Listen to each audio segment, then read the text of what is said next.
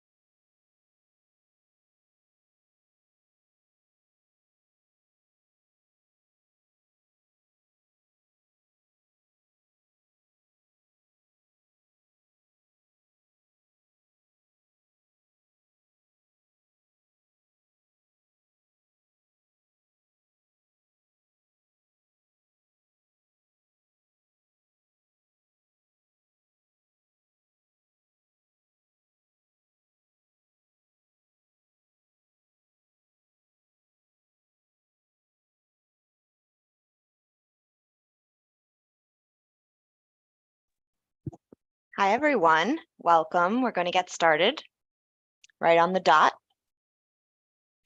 Good afternoon, and welcome to the Contemporary Artist Book Conference. My name is Gianna Ritchie, and I work as the librarian for the Fine Arts at New York University. For those joining us who may benefit from a verbal description, I identify as a woman with white skin, dark hair, and brown eyes. Today, I'm wearing an emerald green sweater and sitting in my office. As a member of the organizing committee of the conference, I will act as host and moderator for this session. CABC has been held since 2008, and this year is organized by Center for Book Arts in conjunction with Printed Matter's New York Art Book Fair. We'd like to thank our conference sponsors, the Brooklyn Rail, Sorted Library, the San Francisco Center for the Book, and Stephen Bury. Center for Book Arts and the usual in-person space of the Contemporary Artist Books Conference are on the unceded land of the Munsee Lenape peoples. I ask you to join me in acknowledging and uplifting the Munsee Lenape community, their elders both past and present, as well as future generations, and the lands in which you are tuning in from. There are 5 sessions overall between Friday and Saturday, exploring a wide range of questions about artist book visibility, what it is now and what it can and might be. A link to the full CABC program is posted in the chat window. These sessions are being live streamed on YouTube and CABC's page on Center for the Book Arts website. Recordings will be posted on Center for Book Arts website after the conference. If you have questions during the session, and we hope that you will, please post them in the chat, and as hosts, we will be asking them on your behalf to the panelists. Attendees will be muted throughout, and we recommend you also keep your cameras turned off. Please feel free to use the chat throughout the session to communicate with your fellow attendees, the presenters, and myself. We'll also be posting relevant links during the talks. This session is titled Books at the Edge of Economy. Our presenters today are Jimmy Liu, Andy Campbell, Tricia Treacy, and Arzu Ozkal. They will be addressing the following questions. How do books that don't follow the traditional production, circulation, and consumption path find their readers and audiences? What are methods of dissemination that enable books to exist in an alternative social condition, such as gift economies, open distribution, or artful exchange? And what is the value of a book that cannot be bought? How and why do books enter public spaces? And with that, I will turn it over to our first presenter, Jimmy.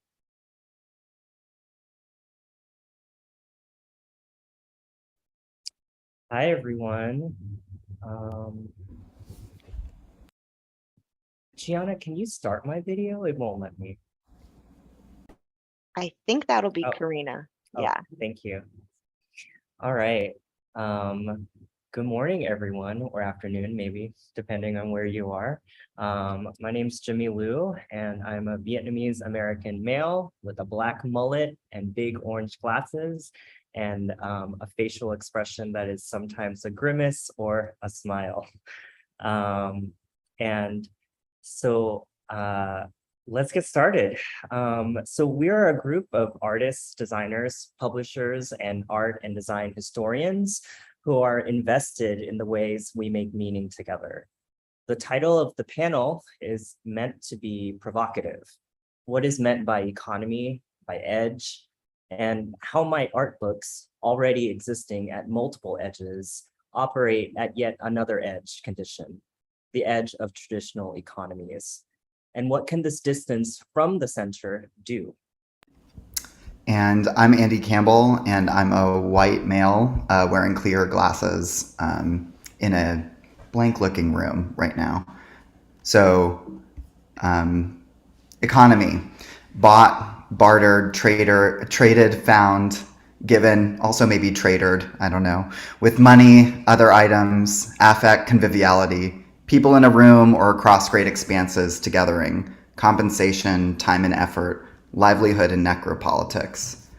Edge: towards a limit, a boundary or border between one thing and another, one state and another, and almost pleasure, censored or trashed, ignored, forgotten, situated between, on the cusp of success, a careful circumscription, a messy, muddy transition. Book: object, instantiator of publics and counterpublics, pulp and chemicals, a shared joke, a horrible history, an occasion to order, reorder, and disorder the world.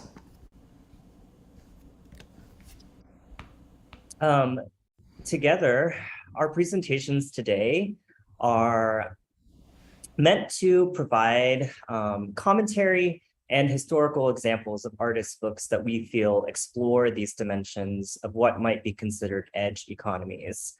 Some of them might already be familiar to you, others hopefully wholly new.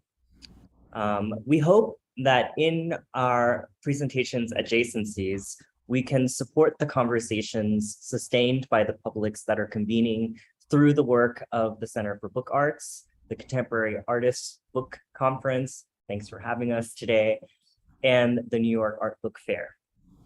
We are fans of books. We make the books that we want to see in the world, and we teach the books we think can shift lived worlds. Thanks for being here with us. Next slide, please. I wanted to start our conversation today with a description of Publication Studio, which was started by Matthew Stadler and Tricia No. And Publication Studio is a network of on-demand publication spaces. And this description of what Publication Studio is has stuck in my mind over the years as a kind of really a productive and generative way to think about not just what books are, but what they do. And so the description says, we attend to the social life of the book. Publication Studio is a laboratory for publication in its fullest sense, not just the production of books, but the production of a public. This public, which is more than a market, is created through physical production, digital circulation, and social gathering. Together, these construct a space of conversation, which beckons a public into being. Next slide, please. So I wanted to start with a project by the artist Paul Ramirez Jonas that I think embodies this conception of publications and the publics that form around them. In 2016, Ramirez Jonas began an ongoing project called Public Trust, in which he sets up a large marquee, sometimes outside in a public space, sometimes inside in a museum. And the marquees are emblazoned with headlines pulled from the news that day. Ramirez Jonas chooses headlines that all contain some kind of promise, which is at the core of the economy of this work. Next slide, please. Participants are asked to sit down and make their own promise, which is then typeset by a facilitator, and publishing happens in real time before the participants' eyes as 2 copies of the promise are created by running a lead pencil over the typeset letters to create an edition of 2 prints. Next slide, please. And so the participants are then asked to speak their promise out loud, sealing the oath by invoking various sacred objects, such as a Bible, or more dangerously, a needle to prick your finger with, and then sign the oath in blood. A copy is given to the promise maker, and 1 copy is added to a wall of other promises, creating a kind of book unbound. So here's my promise on the screen, and my copy is framed and hung by my bed, and I look at it every day. And can you advance the slide, Andy? And this is Andy's promise, which he made in Mexico City, which is also framed and displayed. Next slide, please. Oops, sorry. So Ramirez Jonas reminds us that a promise is ultimately either a truth or a lie. And the publication exists as a marker of the potentials of this kind of value. What is a promise as a kind of currency, and how might its economic potential play out? Next slide, please. So the next project I'm going to talk about is a project that we worked on with Design Inquiry. And Design Inquiry is a constellation of thinkers and makers dedicated to investigating timely and urgent topics in design, sometimes out of design. There are a number of gatherings that happen each year in different forms, both online and in person. Peter Hall, Margot Halverson, Tricia, Treacy, and I planned a 12-person gathering on Vinyl Haven off the coast of Maine, which is famously home to artist and sometimes recluse Robert Indiana. In the spring of 2021, as we know, it was a kind of pandemic bubble right after the first wave of vaccines made it possible to reconsider our physical proximity to one another. It was kind of a weird time, and we tried to describe that condition of not knowing, coming up with a word, pre-postness, to attempt a way of talking about it. Next slide, please. And this publication, The Pre-Postness Reader, came about as we started this conversation, and its production stretched across locations and time zones over the course of now almost 2 years. Like Ramirez Jonas's Public Trust, it is a book assembled over time in pieces, in fits and starts, with collaborators who fell into our orbit. It's a reader in the sense that it's a collection of texts, but it's also an archive of a conversation between collaborators, all of whom meet in the temporary space of the publication.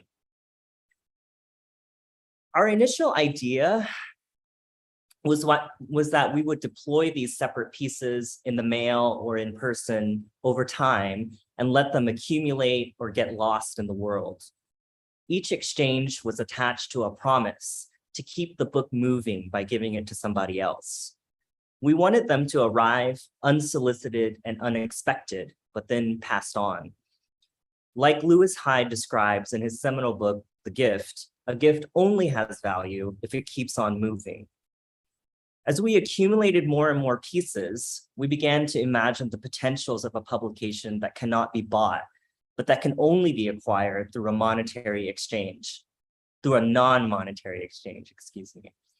Here, we thought about the stories of people trading up, like Kyle McDonald, who famously traded his way from a single red paperclip to a house in a series of 14 online trades over the course of a year.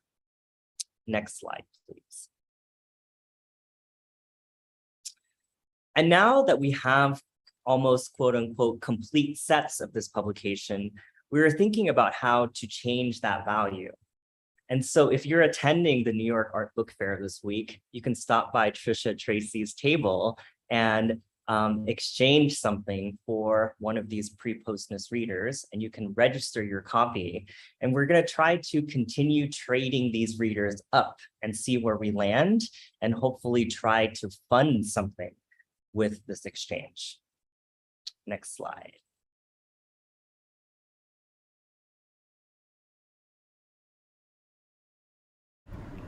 Okay, so I think that's me. Is that it, Jimmy? Okay, cool. Yeah, we're trading up, all for houses. We all want houses. No, one of the things that I'm excited about in being on this panel with everybody that's here is that there are a lot of adjacencies between what we're focusing on. Since Jimmy brought up the Paul Ramirez Jonas project, I'm also going to be talking about a project that involves signage of a sort. But I'm really going to focus in on a singular project. So let me just make sure that my text is up. Okay.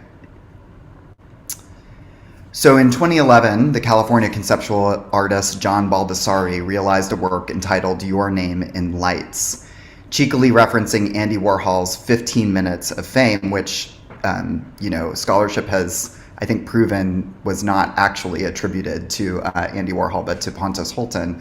Baldessari promised instead only 15 seconds of fame, albeit on a 100-foot-long LED sign attached to the outside of the Australian Museum in Sydney.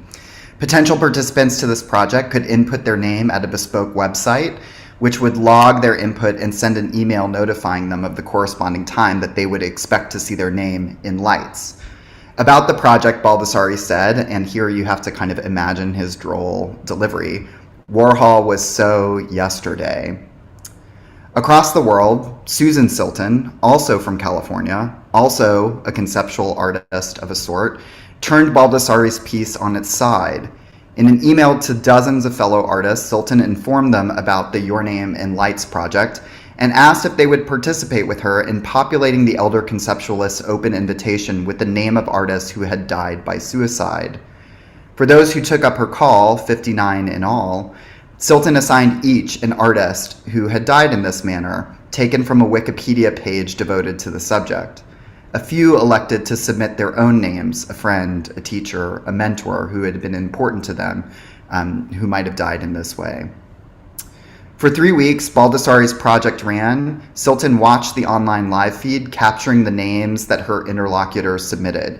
Names like George Alt, a Woodstock painter with an austere sensibility who, like his 3 brothers before him, committed suicide, and Belkis Ayon, whose work has recently been reinvigorated by new exhibitions and scholarship. Each of these names would flash for 15 seconds and then be gone. And here I'll just show you a couple of examples of these artists' work. So there's George Alt's The Artist at Work from 1946 and Belkis Ayon's Noyoro from 1991. In parasiting off of Baldessari's project, Silton turns in her words, the look-at-me-ness of seeing one's name in the distanced context of the glittering marquee, unquote, to ask how structures of celebrity function within and alongside what we might now term a kind of necropolitics of artistic practice. Who is remembered and how? Who gets known and for what?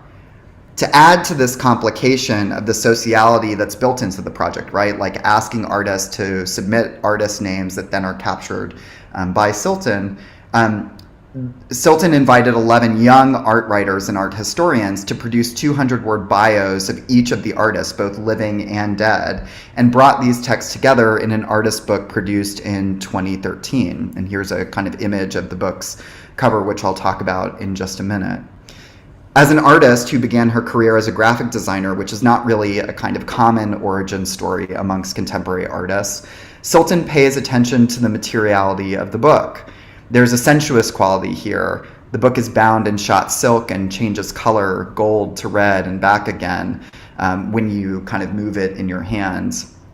The title is printed in red and black on the front and on the back, emphasizing via its type the line between the living and non-living artists in its multiple orientations.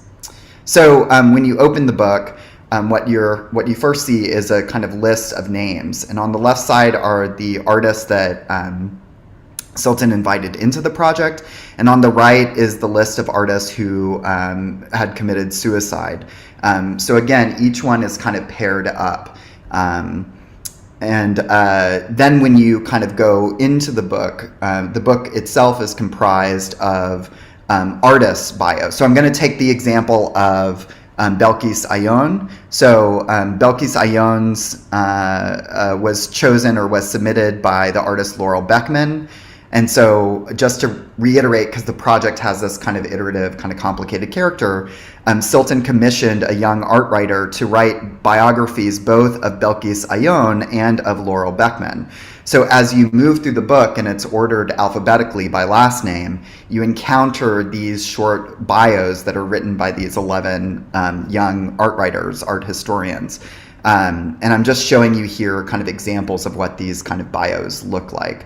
And so you can read this book in multiple ways, right? Like you could read it straight through, kind of alphabetically in bio order. You could read it as paired, right? Like each artist and artist who had submitted and artist who had died, as well as the biographer. Or you could kind of match up kind of chronologically when these names occurred.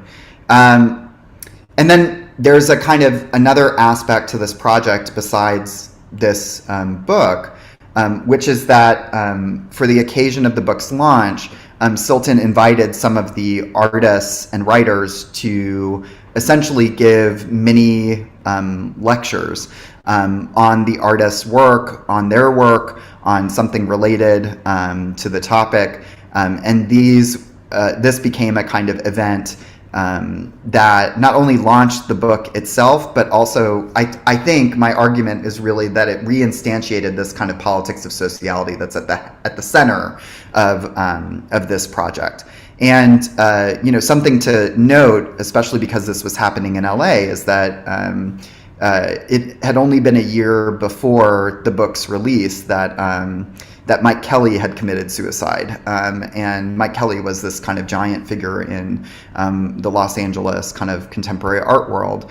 And so these events, these early events especially, became a kind of way of processing not only kind of this history of artists who had died by suicide, but of kind of those who might have been very close to people kind of in the room. So I bring up this particular artist book, and the reason why I'm kind of citing the artist book in relation to Baldessari's project and in relation to the live events is because I want to kind of emphasize that the book is not really the encapsulation of the project. The book is just one kind of connected piece in the kind of long line of the project's events, right?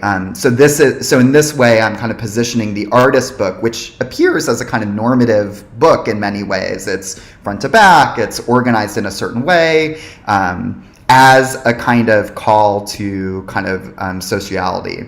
So, I should also note here that Sultan's work, Who's in a Name, exists alongside other efforts to bring renewed attention to artists and their lives. Recurring events like the Art and Feminism Wiki Editathons are kind of examples of this, and an important thing to cite because, again, the start of the project kind of comes from a kind of Wikipedia page, right? But to lens out from art, Who's in a Name joins other efforts to make communal knowledge a kind of togethering that is grounded for Sultan in a broad feminist and kind of liberal tradition. So I'll end today by reading Sultan's final paragraph in her book's Acknowledgements. And because this project functions as a kind of giant acknowledgement of a sort, I think it's important to look at the acknowledgements as a kind of conceptual heart of this project. So here's the way that she ends her acknowledgement in the book. I would like to acknowledge all of the artists included in this project, as well as those who are not, who took their lives for reasons as varied as the lives themselves. Despite ongoing and deeply held beliefs that artists share a propensity for suffering and for taking their own lives, committing suicide is not, of course, limited to artists. But this project speaks to the expansive community of living and deceased artists, a voluminous list of names, who live and die in obscurity or live and die in celebrity. Regardless of stature or cause of our demise, we persist while alive in asking questions such as, who's in a name?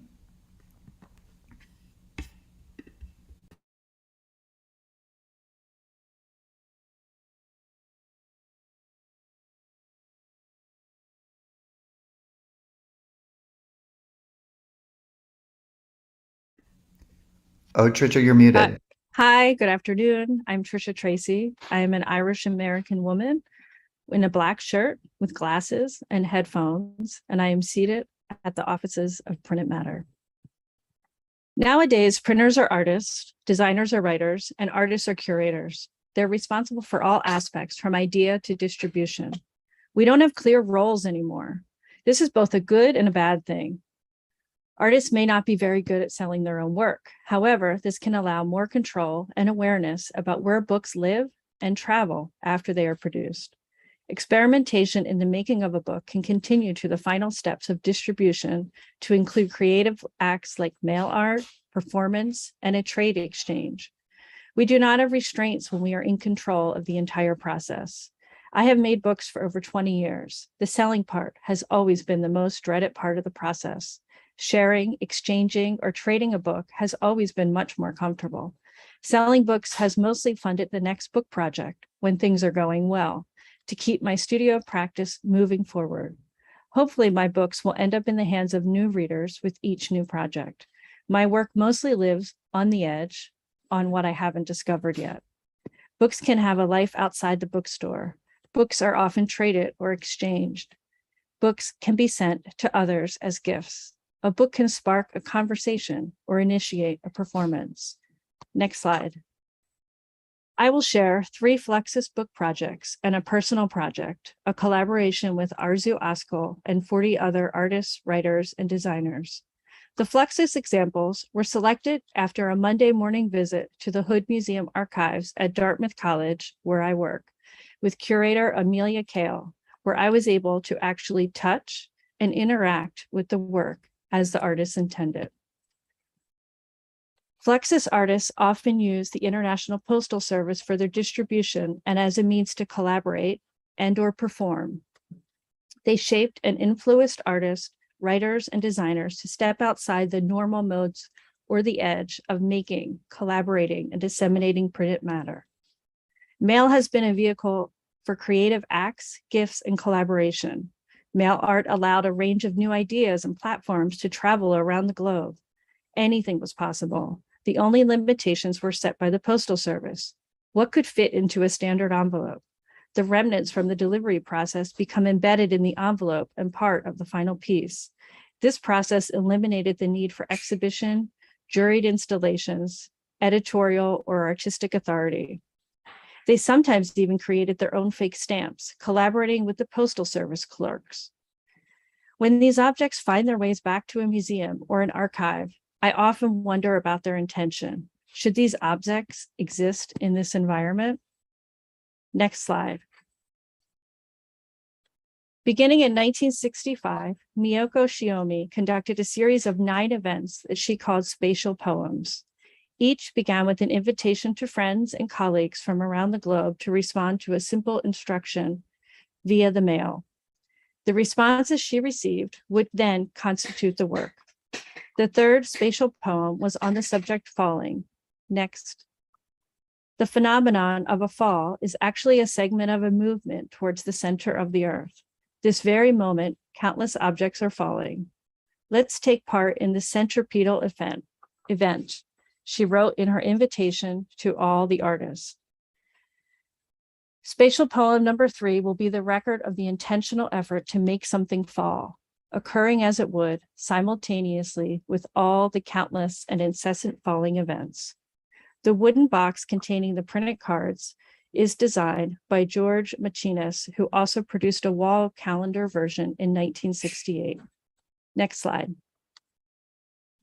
This object, a box, a book, who knows? The one on the left is from the Hood Museum at Dartmouth College Archive, and the one on the right is from the MoMA collection. They both can include different items.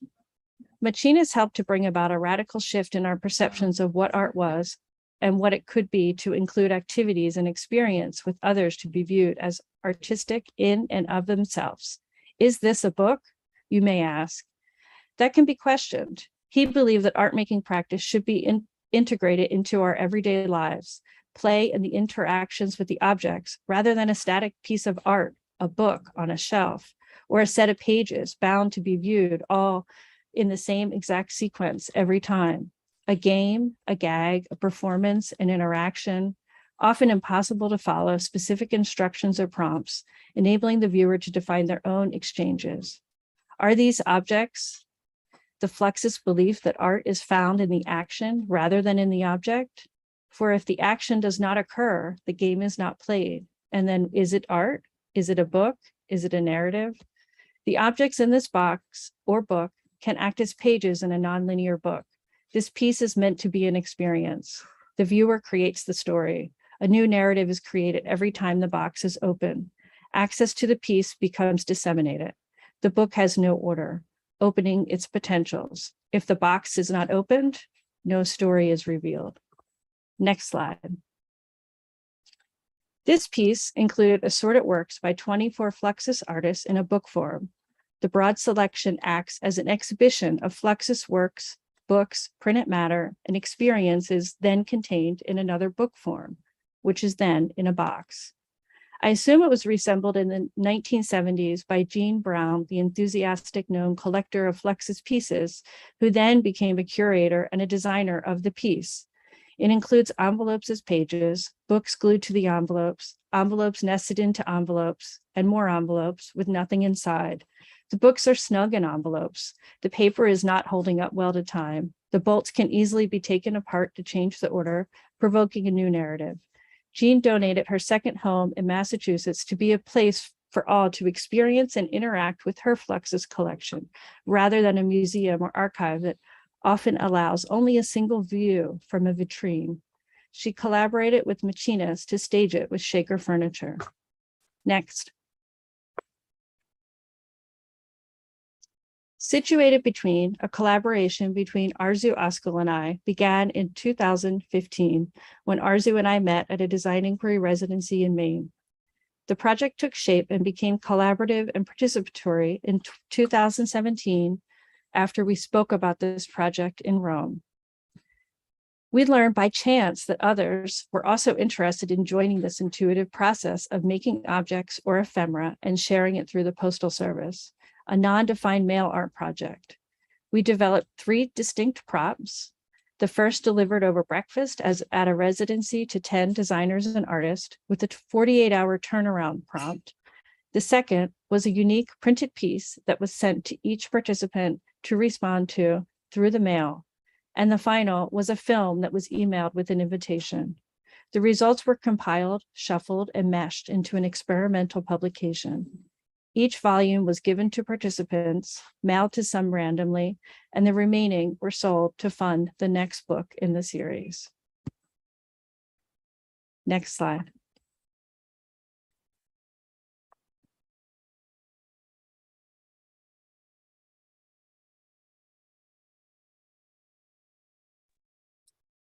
Hello.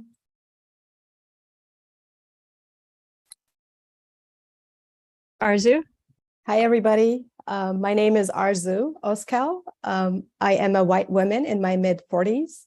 I'm with graying, dark, straight hair in a ponytail. I'm wearing glasses and a black shirt. My pronouns are she, hers. I'm Turkish, currently living and working in San Diego, California. However, at this very moment, I'm sitting in a hotel room so that I can attend the Printed Matters Art Book Fair. I will begin with an anecdote, a conversation we recently had among faculty members at my university regarding tenure and promotion. What to do with self-published books? Are they tenure worthy? So the conversation, rather a heated discussion, made me revisit Pierre Bourdieu's text for this panel, A Social Critique of the Judgment of Taste. This text is quite specific to the French bourgeois, but it questions how we assign worth, how we decide to find what is aesthetically pleasing, tacky, ugly, important, banal. So Bourdieu explains that our different aesthetic choices are all distinctions, that is, choices made in opposition to those made by other classes or other economies. Societies establish mechanisms, gatekeepers of those distinctions, right? Such as publishers, museums, collectors, who are literary and artistic authorities to judge and control what belongs in which economy. When we discuss books at the edge of economy, I will reiterate that we are talking about books that will probably never go on the New York Times bestseller list, one authority on book sales. I'm personally very interested in zines, self-made publications created to spread a message or information about a subculture. And in Bourdieu's framework, subculture that is in opposition to the dominant class. I will in a minute talk about the book I co-edited with Mila Waldeck. Cabra, you're seeing the picture, the cover, Cabra Voltaire, Fluxus West, San Diego and Southern California Mail Art, which is about a series of 5 mail art pocket zines produced in 1977 and 78 by then 19-year-old college student Steve Hitchcock in San Diego, California. Hitchcock changed his name to Ferrara Brain Penn in the 90s, so I will refer to him as Penn moving on. Next slide, please. But before I talk about the book, I want to very briefly speculate about the codex format, just for the sake of the panel conversation and to spark some questions and some responses. The codex, as we probably all know, was a Roman invention, was a Roman name for book made of pages and usually bound on the left. Historian Benjamin Harnett argues that the wider adoption of the codex form corresponded to Christianity's spread, the idea of the Christian codex as against the pagan book roll. Turkish researcher Elif Ayiter writes, in Western culture, the codex gradually replaced the scroll. From the 4th century, when the codex gained wide acceptance, to the Carolingian Renaissance in the 8th century, many works that were not converted from scroll to codex were lost. I will ask here, who decided what knowledge was worthy to be converted and archived? Gatekeepers hold power over information. I guess what I'm trying to argue here is that the convention for knowledge production and distribution of book was defined by an authority, and everything else was automatically labeled as other, non-book, less book. So if one is not specifically interested in limited editions and artist books and zines, like probably all of us here, you won't even know that libraries have incredible collections of such publications, right? Visitors typically see the standard size books on the shelves when they visit a library. Our question in a nutshell is what happens to knowledge that doesn't come in the norm or the now standard format? Who collects it? Why? What do they do with it? Who are some of these people who choose to operate outside of these establishments to confront these value systems? Next slide, please.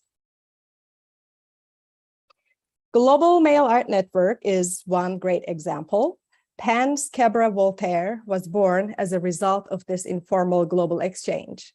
Mail art networks are open access. Anyone can participate or stop participating at any point.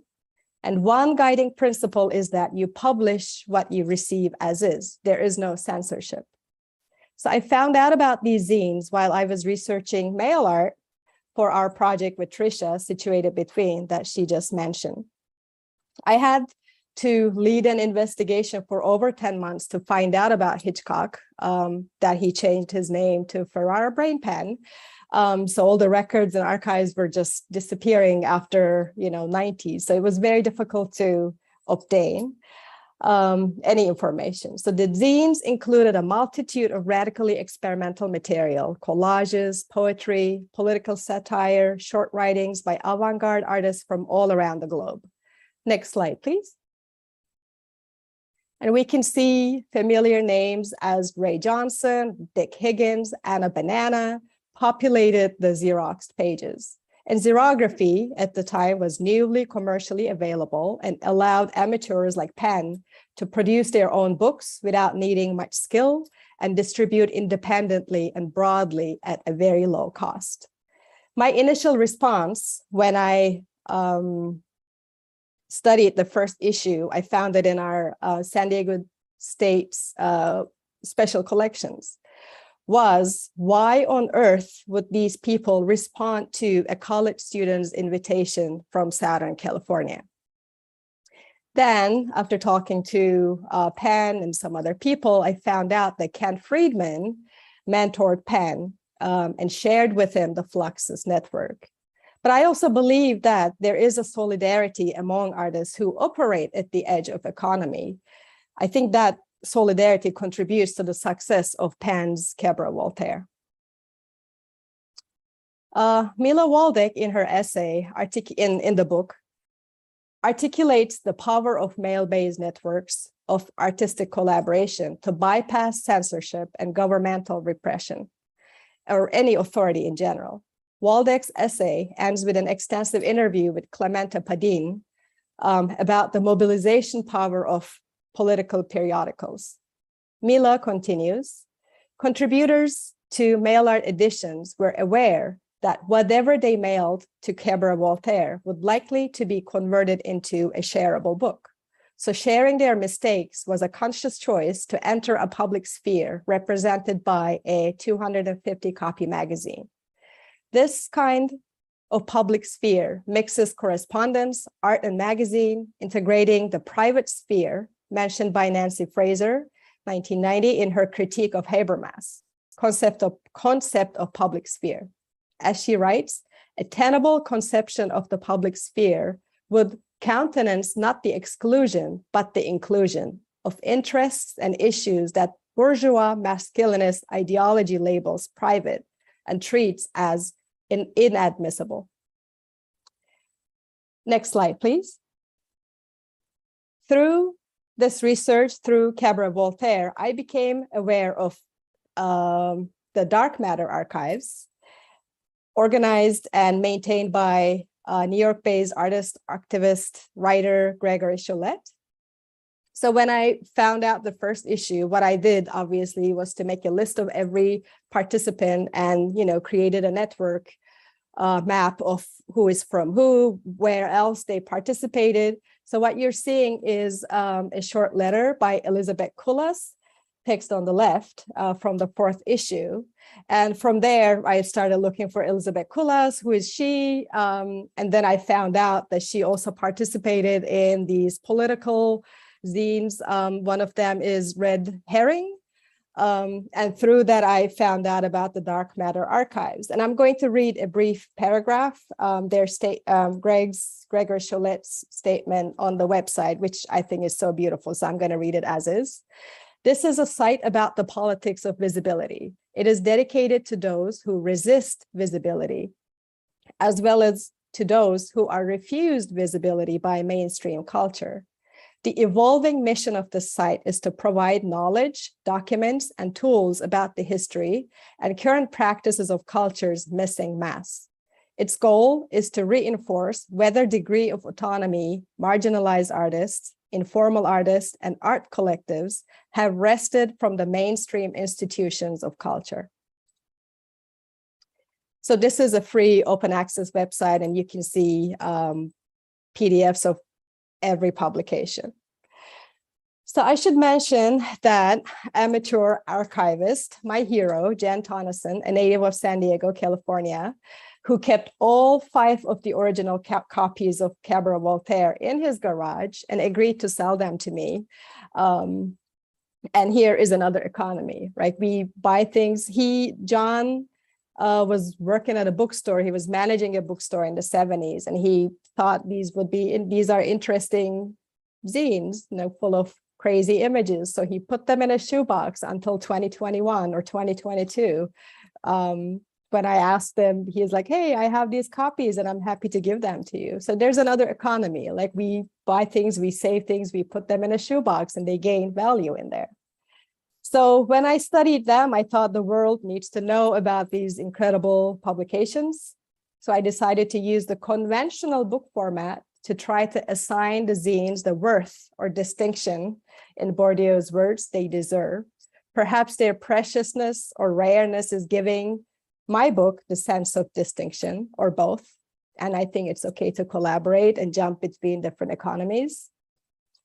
So yeah, I guess I have a lot of ideas here. We have a lot of ideas that we share. So I'm looking forward to the conversation. Thank you.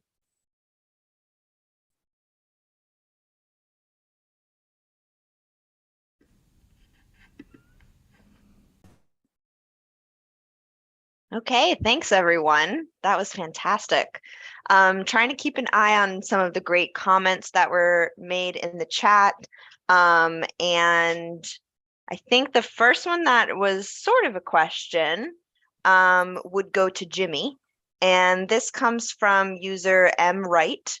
They say, love the method of rubbing to reveal text. Related to edging? Curious if you want to expand on that.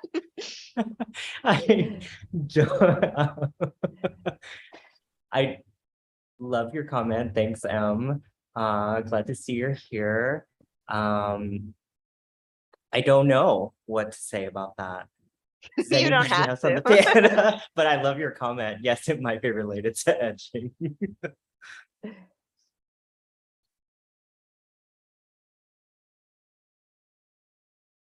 Okay, we have some other great comments. I think, Andy, this one was in response to your presentation from New Lights Press, who says, I wonder how many people that buy artist books also trade them. An artist book swap meet would be an interesting event. So it's really more of a comment, but I'm curious if you've ever been to something like that or have organized anything like that. Yeah, I have not personally organized an event like that, although I agree with New Lights that it would be incredible to kind of have an event that was maybe focused on swapping. I mean, I also think this is something that seems to be happening right now with Tricia and at the booth that Tricia is kind of managing, right? Because it's about kind of promising some kind of trade up, right, for the compendium, right? So it seems like it's a this is this seems to be a kind of model of exchange that is highly operable both in artist communities and also at events like this. I mean, artists exchange and barter works with each other kind of all the time, right? I mean, this is if you are an artist or if you know artists in your lives, I mean, a lot of the works that exist in kind of their collections or some of the works that would exist in their collections are obtained through kind of bartering and trading. And I think that's partially because a kind of art system is overly reliant upon kind of monetary payment as a form of assigning value. And that's just not the model that a lot of artists work with when they're thinking about art, when they're making connections with other artists. When they're cementing those connections and those bonds kind of through the trade of materials. So yeah, I mean, I think that economy has existed all alongside a kind of more normative economic economy, where we have a kind of exchange of dollars for goods or some other kind of thing. So yeah, it's a super important historically mode of trade. I mean, I think Arzu's presentation spoke to this as well. And it's one that continues along for makers of all kinds, I think. Not to take that into a too general place, but No, I like it. yeah. Arzu, did you want to comment on this? I would like to just add, like, the trading sometimes, like for Situated Between, for example, even though we made that publication to sell, to be able to compensate the next volume, the artists, we just tell them we're going to send you a copy, and they were willing to participate. Like, so that is also a trade, that you receive an original artwork to include in a publication, and in return you send them back a special, a limited edition book. So I think we are creative to find these different economies to operate in. It's not always necessarily in dollars.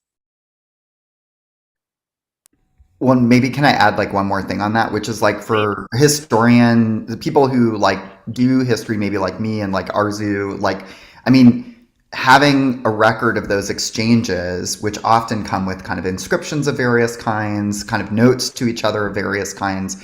I mean, it helps someone like me to understand like what are the social connections between folks and at what point did they kind of connect and around what. So I think also there is a kind of argument that kind of economic exchange could be useful for posterity and for people putting together histories of what these kind of communities look like.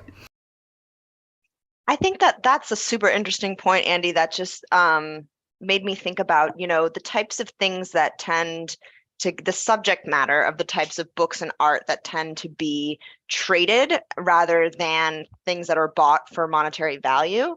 Like, I wonder if the opposite side of being able to document that exchange in that community is sort of not wanting to document that exchange in community because of various reasons, including like the security of the people involved in the trade. As a librarian, I can't help but saying, I see so many similarities in general with, the way that libraries work. I feel as if books have always operated in a trade economy to some extent.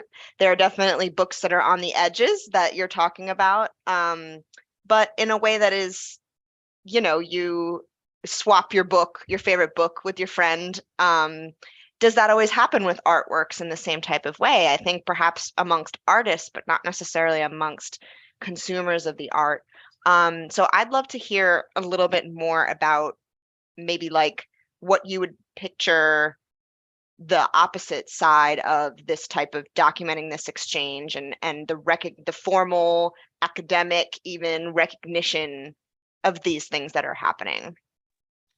And yeah, Tricia, do you want to Yeah, respond to I that? could add something to that. You know, when I was researching and in the archive, looking at all the Fluxus pieces and trying to track where they started, where they went in the process of their making, it's quite difficult to find specifics of where they began and where they ended and where they went in between. I think intentionally they didn't want to document and track their path, which I understand, but you know, as a viewer and an admirer 40 years later, I wish they had. And I know Jimmy and I, with this experiment with the reader, you know, we're trying to track. We're going to ask people to track what they give for the book and who they give it to. I don't know if they're really going to do it. It might be a complete failure, but we're trying with an attempt to see what happens when you put documentation into the project. Does it change the project? Does it become another part of the project? Is it not necessary?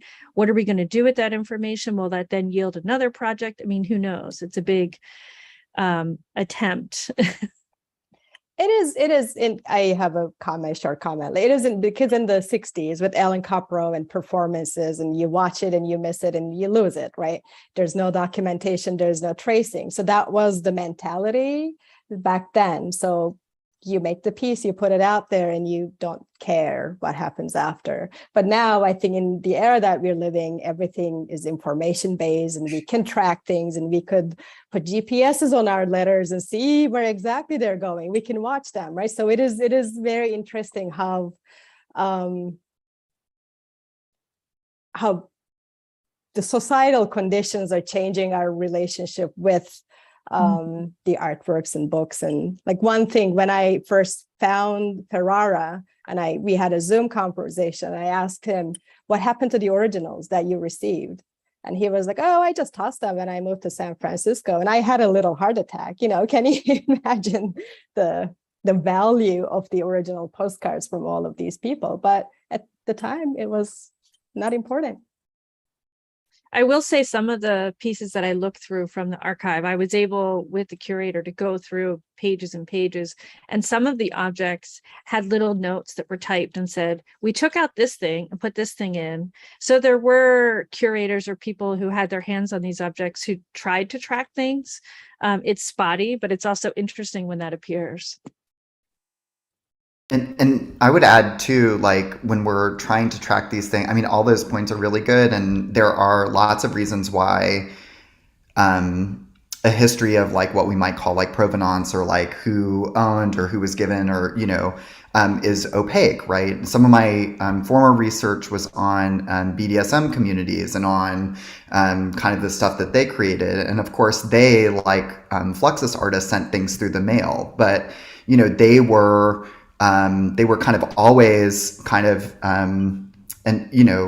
at points it was illegal to send certain kinds of material through the mail. And so there was a kind of, subversion of or working around a kind of postal authority. And I think when we're talking about edge economies, and when we're talking about what is the edge that is being defined or described, that's not only the edge of a thing called a book, like the kind of formal question, but it's also like the edge of power. It's the edge of kind of economic systems as well as kind of juridical authority, right? Like so when we're talking about an edge, it's like both a kind of the formal innovation that you saw with many of the examples that we pulled in our panel, but it's also limbing out some of those boundaries of power. And so I think like that kind of double play of what the edge is like important to keep in sight, especially at moments where certain things seem opaque, right? Because like that is like actually maybe one of those moments where that edge is being described through absence. Well said, Andy. I want to say like where part of our experiment is to try to see where the boundary of the trade of these objects can extend past the networks of artists and people who are affiliated with those communities. Because, as if these trades continue, the objects will naturally extend outside of the art book world. Like if you trade it for a car, like what happens to that network, and then ultimately also what happens when, if we say we want to cash in our value, what will happen when it gets returned to a kind of regular or a traditional monetary economy. That might also be interesting for us to track, I guess. And it brings me back to something, Arzu, you said at the end of your presentation, who gets to decide what gets archived? And that, Jimmy, you just said when we're ready to cash in. So who gets to decide what's worth anything? I have a suspicion it's the same group of people. But I'm curious if you have any thoughts on how that affects, the art that's being created. Does it affect the art? Like, does one drive the other? Is there any benefit to be had from those types of exchanges? And, how, this is a huge question, but how do we work towards breaking down that divide between the people creating the work and the art, and then the people collecting it and selling it and owning it? That sounds like a whole nother panel that we It could work does. on. Next year, CABC 2023. Super interested in that. And we also that kept coming up when we were trying to decide what we were going to talk about, like the archive and who gets the art. I mean, we talked a lot about that, but that's a whole nother thing. What I like about what Tricia does with Situated Between is that, some of them are traded and some of them are sold to kind of funnel the funds back into another issue. And so to me, what is happening in these trades when we're trading up is we're kind of amplifying whatever the value is, quote unquote. And then if we are to then take that amplified value and put it back into the system, into that kind of Ouroboros of publishing, like what else can happen? Because these trades exist, I guess is we want to see. And I think a word of advice from Stacy Prince: be bold. And for everyone listening out there too, I also want to note Taylor Miles Hopkins adds the Seattle Art Book Fair has been running book lucks, combining trading of small press books and zines with sharing food in response to art book trades, which is amazing. Yeah, and I think I mean, just to maybe like riff on that, is like if we're thinking about, and there are several examples in the presentations that we gave today, if we're thinking about books as a kind of occasion for a certain kind of sociality or a certain kind of connecting, I mean, like something like that really kind of lives and thrives on that kind of gathering or that kind of connecting. And I think like that's what, for me, as someone who looks at books in relationship to social worlds, that is kind of the whole point in some ways of the book itself, is to kind of instantiate those social worlds, what some may call a reading public, but in the context of like edge economies and what we're talking about, they're often much closer than just a kind of nebulous public. So events like that to me highlight the kind of asymmetry, in a good way, between the book or the zine as a thing and the kind of quality of relationship that's built through the exchange, right? And like that is a thing that's much harder to quantify. It's much harder to kind of look at and talk about, and that's precisely its value, right? Yeah. In many ways, right? Yeah, and maybe we don't need to quantify everything. That's what, I feel like I'm constantly saying that at work. We don't have to quantify everything. So we're just about at the top of the hour. So I would like to thank all of our speakers so much for kicking us off. This was fantastic. It was so interesting. And thank you all who tuned in live on YouTube, and make sure you stick around for the other sessions. Shamelessly, I will plug the next session because I'm speaking in it. It's called Works in Progress, Boosting Artist Books Visibility in Academic and Museum Libraries. And that's starting at 2:00. And I'll be joined by Emily Ha, Marnie Powers-Torrey, Marcia Takeman, and April Sheridan. Thank you to the Center for Book Arts and to all of our sponsors, and enjoy your lunch break if that's the right time for you. Thank you so much. Thank you. Thank Thank you you, all. everybody. Bye. Bye.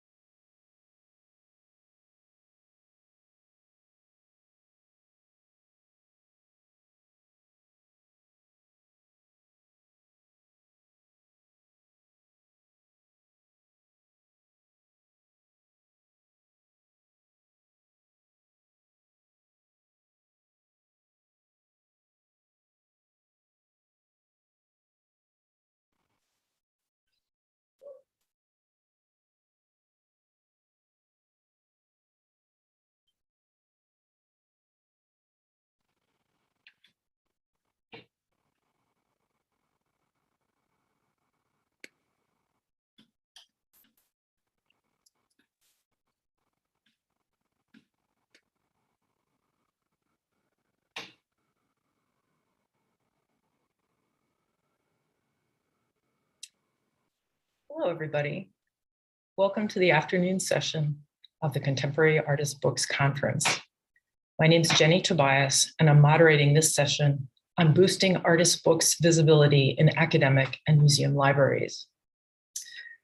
And here's some preliminary information about the conference. It's been in play since 2008. This year, it's organized by the Center for Book Arts in conjunction with Printed Matter's New York Art Book Fair.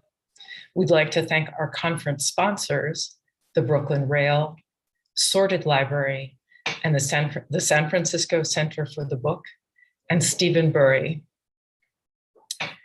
Center for Book Arts and the usual in-person space of the Contemporary Artists Book Conference are on the unceded land of the Munsee Lenape people. I ask you to join me in acknowledging and uplifting the Munsee Lenape community, their elders, both past and present, as well as future generations, and the lands in which you're tuning in from. There are 5 sessions overall between today and Saturday, exploring a range of questions about artist book visibility. A link to the full program is being posted in the chat.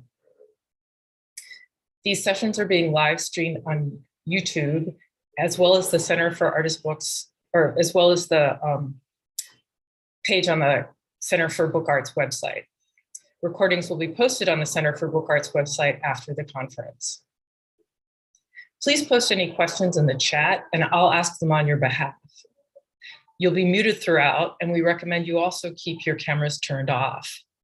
But please feel free to use the chat throughout the session to communicate with your fellow attendees, the presenters, and myself.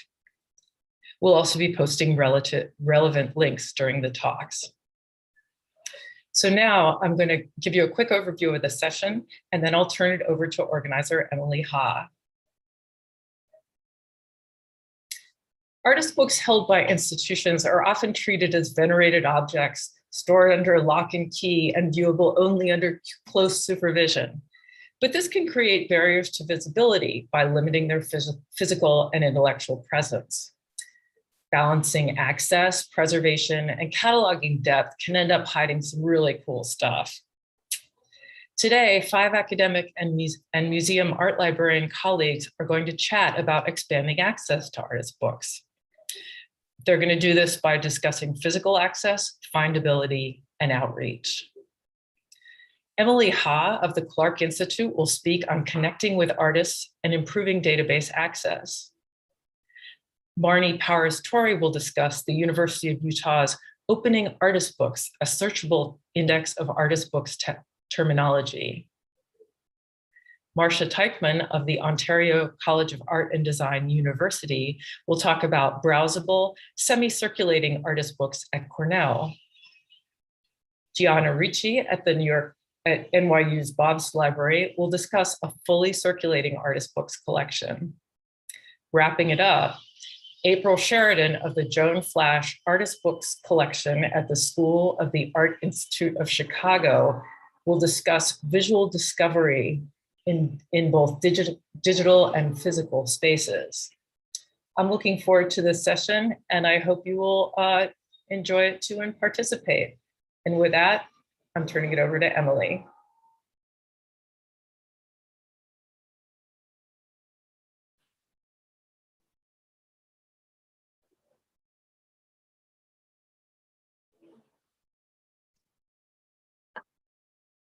Okay, I'm just going to share the presentation now. Hold on one second.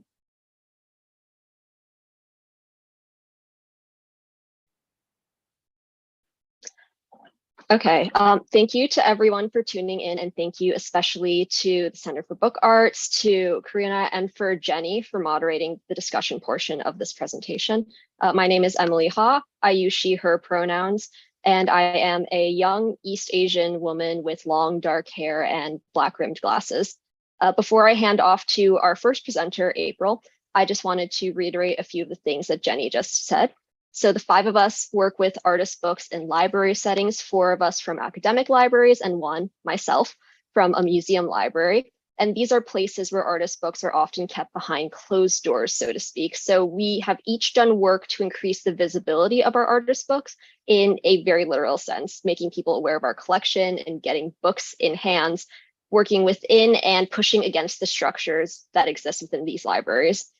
We've aimed to make this presentation in layman's terms so that hopefully everyone, regardless of your level of familiarity with how libraries works, will be able to understand and benefit from what we're saying. So with that being said, I will now pass the mic to April, who will start us off. Hi, Emily. Thank you.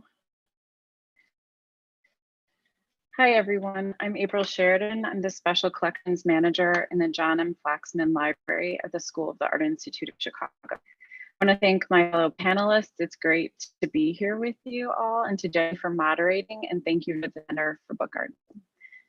Primary collection, which I will focus on, is the Joan Flash Artist Book Collection. But at the school, we also have almost 600 linear feet of archives related to the SAIC community of performers and gallerists. The school has around 3,500 students, and over 30% are international students from over 9 countries. The library's special collections pre-quarantine saw between 5,000 and 6,000 a year, including the general public. The collection itself was built around the library's acquisitions in the 1960s of mostly Fluxus kits and conceptual books and catalogs. Now we have over 12,000 publications. For today, I'm going to our Ranganathan in 1931, 5 libraries, of library science to share this glimpse inside. Number 1, books are for use. As far as we can squeeze our collection of over 2,000 books into our reading room, we do. We need to leave things open and visible on the shelves because it helps to explain the scope of work we have to visitors in an otherwise non-browsing setting. This is different from other special collections in which the reading room is separated from the closed stacks, accessible only by staff, and then it's brought to a room. But for the first time ever, but twice this year, it was brought to my attention as a criticism, not a positive thing, mostly from other professionals. And the first time during a tour of visiting our-list librarians, when there was an audible gasp, people can touch the things on the shelves, how do you protect them? And maybe we don't do that enough, as evidenced by our very hands-on policy and constant repairs and cleaning. Slide, please.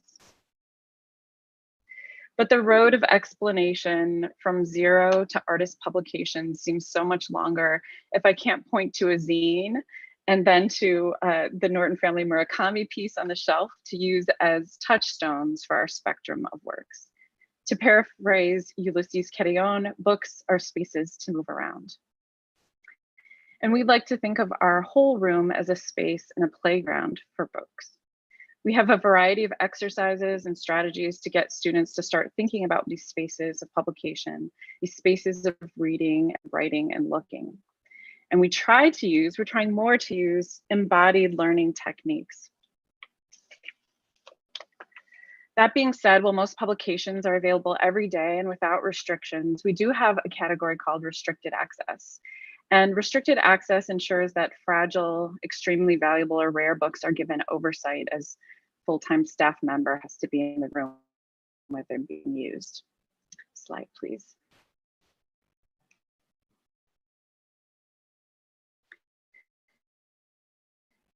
Thanks. Most special collections librarians I know try to bring more people into collection. We have sort of the opposite problem, as we're a little overwhelmed with visitors, especially at the beginning of the semester. Schedule creates a lot of rare. One reason why we don't always purchase of a kind or super rare and expensive pieces. We have no dedicated conservation staff at all, although I have many years of bookbinding experience and have some conservation experience. So whenever I get a chance to clean up books or repair random strings and threads holding them together, I can do that. Slide, please. So we have really high daily traffic, but no circulation out of the room except our Z-Go collection, which is a collection with the collection library and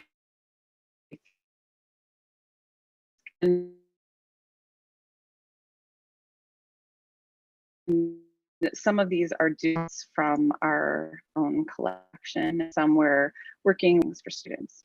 Slide, please. 2, every person their book.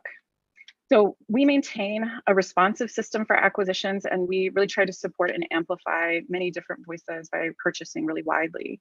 And can I slide again too?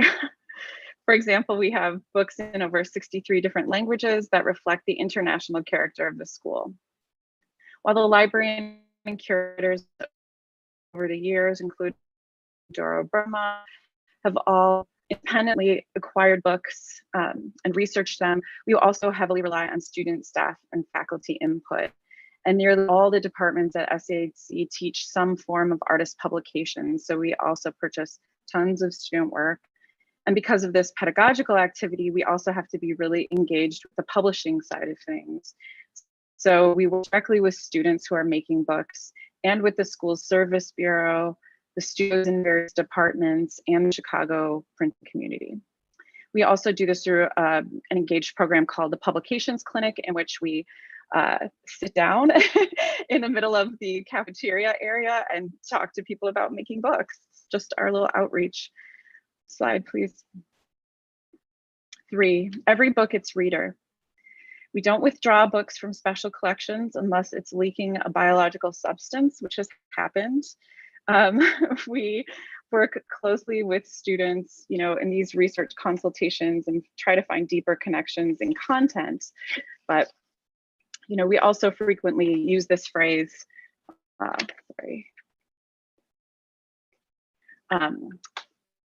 partnership between form and content to describe all the works in our collection and to try to encourage students to use that as their guiding force.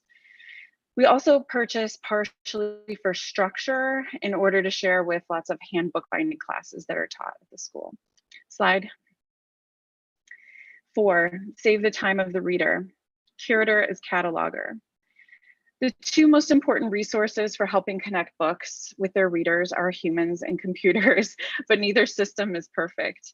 And I'm the only full-time staff member working with the collection full-time, but I supervise 10 really wonderful student workers, but there are varying levels of knowledge. Slide. So when I acquire publications, myself or my staff each fill out a description of that, and we try to work with artists directly as much as possible to try to get as much information, keywords, and everything that we can going on to this form. So each book as it comes in gets a blue slip before it goes into processing. So its purpose for being in the collection and description are there to guide the cataloging work that my wonderful colleagues do. Slide. So because of some of the physical restrictions that we have in special collections generally, we find it really important to have an online catalog that allows for exploration. 6 years ago, before my time there, we switched from Content DM to Islandora, and then this past year upgraded to Islandora 8, which in the midst of a staff switch didn't go so smoothly, and we're having some search functions right now. For example, we used to really love to search by publisher, and we're working on that to have that back up soon, but that was a really great way to explore, especially since some of our classes are now teaching research through these different publishing houses, especially RESO publishers. So these changes affected all the users, especially our staff, but it's giving us a new sense of what can be done, and it's going to be great someday. Slide, please. 5, the library is a growing organism. This brings up my last 2 points: space for collection growth and responsiveness to our audience and the socio-political context at large. The curators of the collection have always felt a necessity and a responsibility to acquire publications from voices outside the mainstream. That's just the nature of artist books, right? But we also do have an ongoing dialogue with our students, our readers, people who visit the collection. And we do try to preserve that as much as possible as well. So criticism that we receive for having certain books often evokes like conversations that happen around why we have them, why we keep them, and other issues. Slide, please. And finally, space isn't just a metaphor, but it's a place to move around. And I know a lot of fellow special collections librarians are facing similar issues with just running out of room. And I once read just an anecdote from a library architectural standard that collection growth should be planned for about 10 to 20% a year, but how long, how many years to do that for is up to that architect, right? So some of our archives now are offsite storage, but all of our artist books are either on the room or on the floor rather. But we are still buying stuff. This is our last drawer in the room, so we'll have to get some new storage soon. But as you know, the field of artist books is continually expanding and growing, and we're trying to keep up with that as much as possible. And I am out of time, so I'm going to leave it at that. Thank you so much.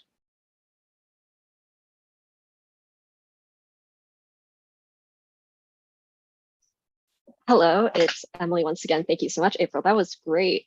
That title should say with standardized terms, but anyways, so I'm going to be giving a brief blurb on increasing the artist book's visibility with standardized terminology at the Clark Art Institute, which is where I work in Williamstown, Massachusetts.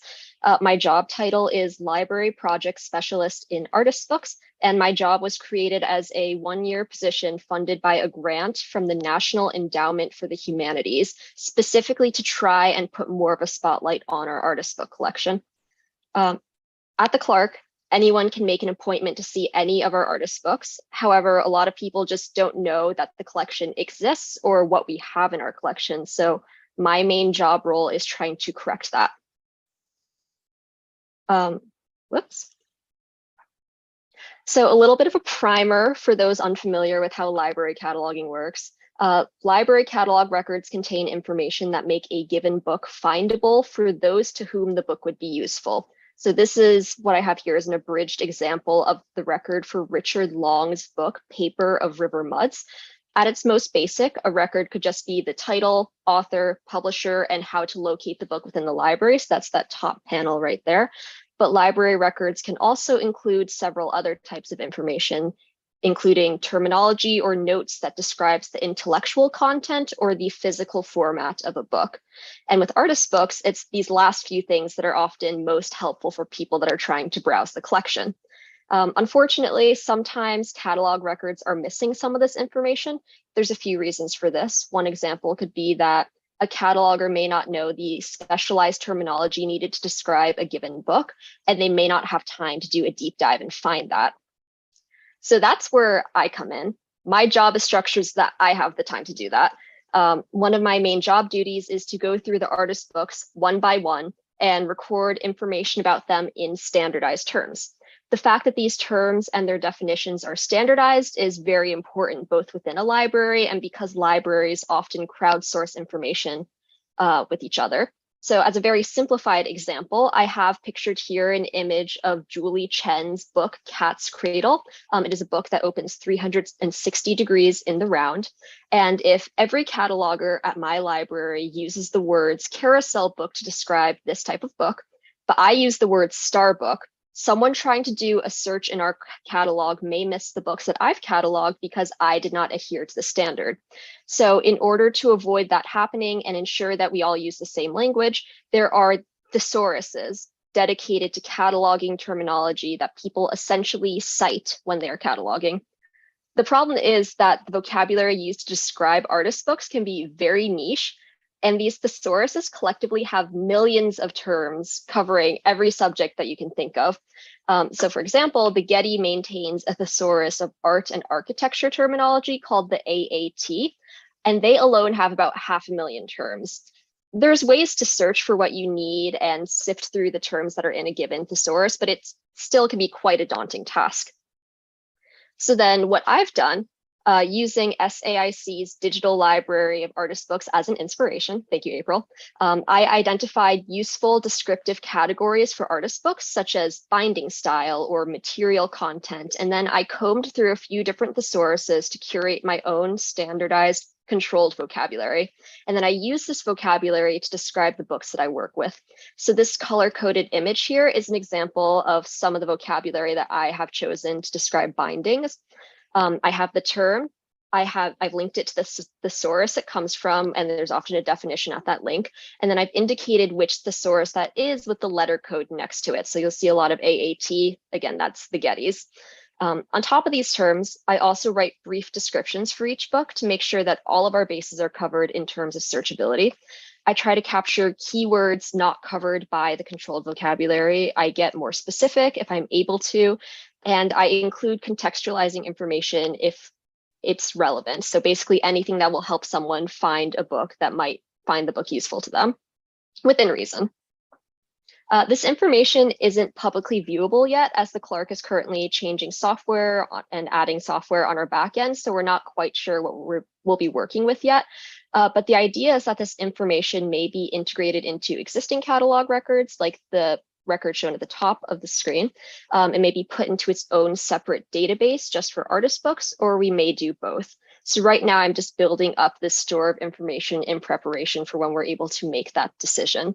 So this little middle section here is an example of the vocabulary that I use.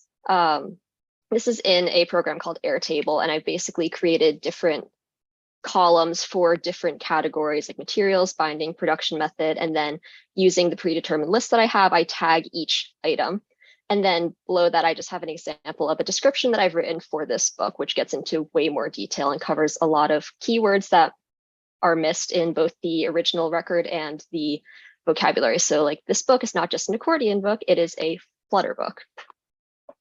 And then finally, in the little time that I have left, the other thing that we are currently doing to increase artist books visibility at the Clark is we're doing targeted programming that gets people working with the collection. So one initiative that we've done this year with the help of our education department is setting up visits with Mass MoCA's short-term artist residency program, Assets for Artists. Each session, the artists have an opportunity to visit the Clark, tour the library, tour the museum, and experience a hands-on book talk with our artist books. The artists in this program work with a variety of mediums and subject matters, and for some of them, this is their first exposure to the concept of artist books, and we often have people coming back and making individual appointments to come see other books in our collection. So just pictured here are two images of me presenting in a talk. I am in the artist book room. There's books laid out on the table, and you can see a peek of an artist sitting off to the left. So yeah, that pretty much sums up everything that I wanted to say.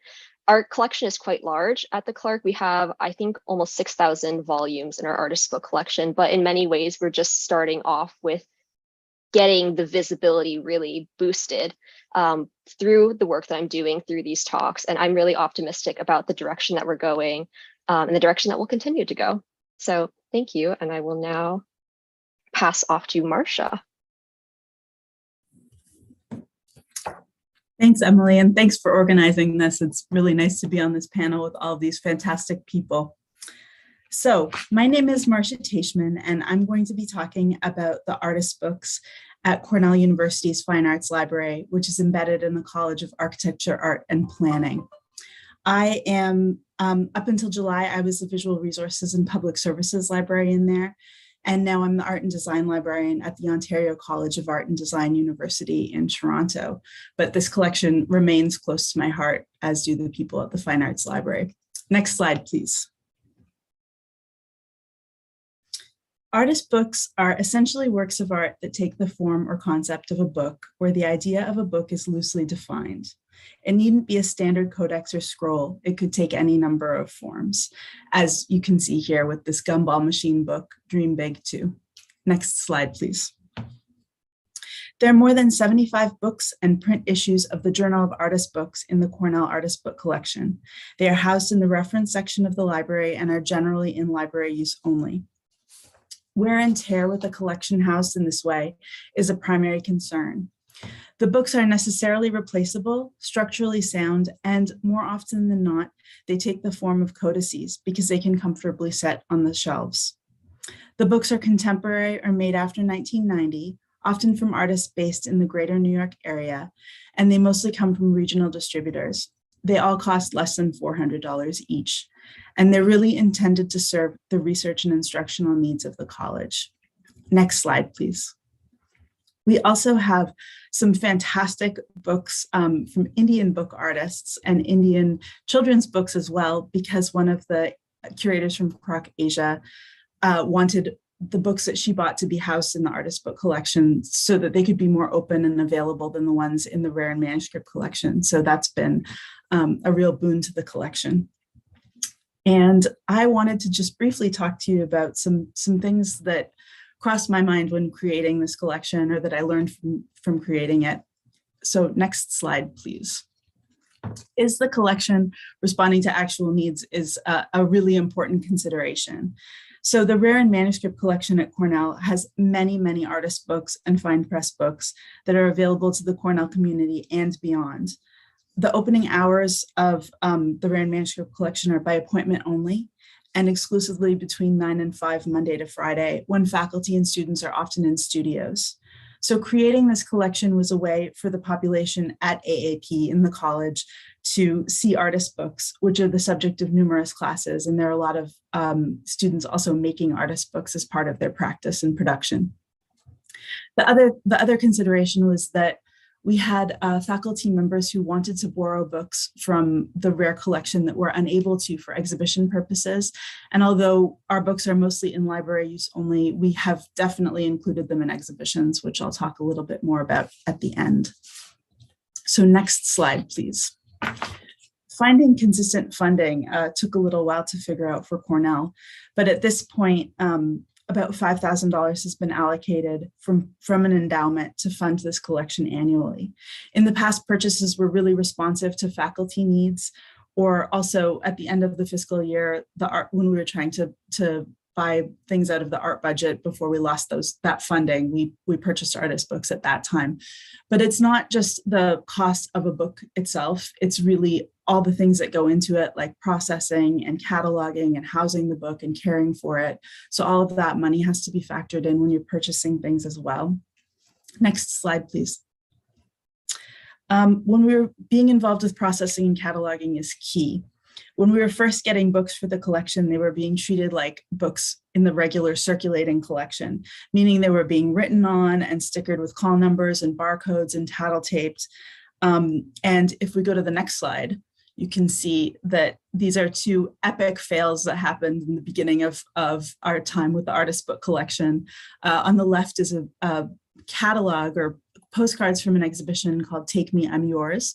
And there are 41 postcards, and each one of them has the call number written on it very meticulously by someone in processing. And it sort of interrupts the experience of the collection of postcards. And on the right-hand side, we have Z Helix by Tobe Orbach. And you can see the tattle tape in the clear pages of the book.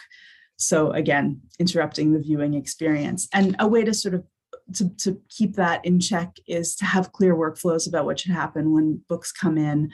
I would look at all of the books before they were processed and try to minimally intervene with things like call numbers, because when books are in the open stacks, these are real considerations. You still need to mark the books up, but trying to do it in a minimal way is really advantageous. So next slide, please. Another thing to think about is the discoverability in the catalog. Having a really robust notes field and good subject heading so that people can discover books not only on the shelves, but online as well. Next slide, please. Selective digitization can increase use. Next slide, please. So during the pandemic, we digitized many of the books in the artist book collection, usually just the cover and a few interior pages, as you can see on the left in our art store collection. And those books were only available to the Cornell community because of copyright restrictions. And on the left, you can see a book called Taking Stock by Radha Pandey, and that's actually the entire book, the span of the accordion. And scans like this were really useful for me when I was teaching, just to have a kind of visual reference when you couldn't be in a room with people and have the books spread out on the table to see. Next slide, please. So promoting the collection, whether that's in teaching or through exhibitions. And next slide, please. This is my last slide. We had many exhibitions over the course of a couple of years. I partnered with MFA students, and we had shows in the Department of Art, which is where this installation shot is, at the library and also at the Johnson Museum. And it was just a really great way to create awareness for our collection and promote it. So I'm looking forward to the discussion with everybody else. Thank you so much for your time. Thanks, Marcia. I'm going to go ahead and proceed. So this has been so great. Thank you, Emily, for organizing this. My name is Gianna Ritchie. I'm the librarian for the fine arts at New York University, and I'm located at the Elmer Holmes Bopes Library in Washington Square. My portion of the presentation is titled Diversifying an Artist Book Collection Through Data Analysis, Creating a Sense of Belonging and Inclusion for Student Artists. I identify as a woman with white skin, dark hair, and brown eyes. Today I'm wearing an emerald green sweater, and I'm sitting in my office. Next slide, please. So at NYU Libraries, we have over 5.8 million volumes in a 10-library system. So the Elmer Holmes Bopes Library, where I work, is the flagship location for NYU. It's the main research library. And we have about 143,000 print volumes pertaining generally to art. So this is not just artist books, but this is monographs and catalog raisonné and various secondary sources related to art. And about 52,000 of those volumes are offsite. But when I first started working here, one of my main goals that I had as an art librarian was to bring more student artists into the library. And I was preparing for an instruction session for a studio art class, and I decided to search for artist books in the catalog. And it turns out that we actually had quite a few artist books in our circulating collection already that I was not aware of when I started working here. So this picture I have here is The Raven by Lou Reed. And if you'll go to the next picture, Emily, this one is Marcel Brodthaer's Un Second, and you can see how tiny it is. And the third one, that's okay, you can keep going. The third one is They Called Her Sterine, etc. by Ed Ruscha. And all three of those are in the circulating collection in Bopes Library right now, and they can be checked out by members of the NYU community with their ID card. Next slide, please. So I needed to understand more about the circulating books that are in the collection. And I enlisted the assistance of a LIS art history student, library information science art history student, Rachel Garbade, who helped me with this research for course credit. And Rachel used the Directory of Artist Books collections from the Carnegie Mellon University libraries, which is from 2008. So it's pretty outdated at this point, but it was a good tool to start from for Rachel to sort of go down systematically, checking which of these collections had actual circulating books. And the one place we could find was the New School in Manhattan. But I did notice in the chat today while we were talking, someone from the University of Rochester said that their artist books have always been circulating. So that's interesting. I would like to talk to you more about that if we can. And what does circulating mean exactly? It's a librarian term, but circulating means that the book can be checked out. Non-circulating means it has to stay inside the library. Next slide, please. So as I started doing my research, these are some of the sentiments that I was seeing about artist books in libraries. And I've kind of put them into two camps. One on the left is that artist books are precious, they're works of art that need supervision, they belong in the special collections. They're rare, they're expensive, and people will steal them if you put them in the circulating collection. And then the other camp is mostly of the mindset that artist books are meant to be handled. Artist books they should be easily accessible, they should be widely circulated, they are supposed to be affordable, they're supposed to exist in multiples, and there are many other types of expensive books in libraries and they don't always go missing. So, and it also doesn't always prevent us from buying them. And next, I like to make the argument that all of these statements are true. I don't think they necessarily have to be mutually exclusive. I think artist books can be a very unique bridge between student artists and academic research in libraries. Some, in my opinion, do belong in special collections. Some do not. And I think that these two camps can work in tandem to make sure we have both a high level of preservation and a high level of access. So my intent is to expand the subset of this collection to bring more student artists into the library, create a better sense of belonging for them, and make them feel like there's something in the library for them. Next slide, please. And this is just an example of one of those books that I think can do that. And this is titled This Is For You by Rob Ryan. And you'll see it's talking about, it's a letter to the reader. And if you'll go to the next picture, please, it's even further saying, and then for the first time, I began to feel very alone, with a depiction of a cityscape. And these are the types of things that I think our students at NYU would really identify with. Next, please. So some of my research questions listed here.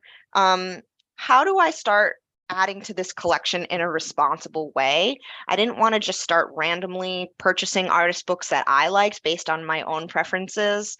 I went into this with no collection development guidelines about how or why the artist books that were already in our collection were purchased. So I started to think, how many are there? How are they described? Sort of doing an environmental scan first before I started purchasing any more. And I had a hunch that the majority of the artist books in our circulating collection were going to be by white men with a Western, from a Western publisher with a Western focus. And I wanted to make sure I collected data to back up this hunch that I had. So hopefully it can help me to make more informed decisions that center inclusion, diversity, belonging, and equity. Next slide, please. How do I get these answers? Next slide. So I was recommended by my colleagues in the data services department at NYU Libraries to use a free open access tool called OpenRefine to analyze the data and get the answers that I need. But I didn't know how to use OpenRefine, and I'm not a data analyst, so I was really in need of some lessons. So I applied for a micro grant through the NYU Office of Global Inclusion, and that grant was a total of $1,525. I used some of it to take a Library Juice Academy course on OpenRefine, and I used the rest of it as an honorarium to invite a BIPOC book artist to speak. Eventually, once I was able to do my whole project, I invited the artist Camila Janan Rashid, who is actually also our keynote for the speaker tomorrow night. She's a fantastic speaker.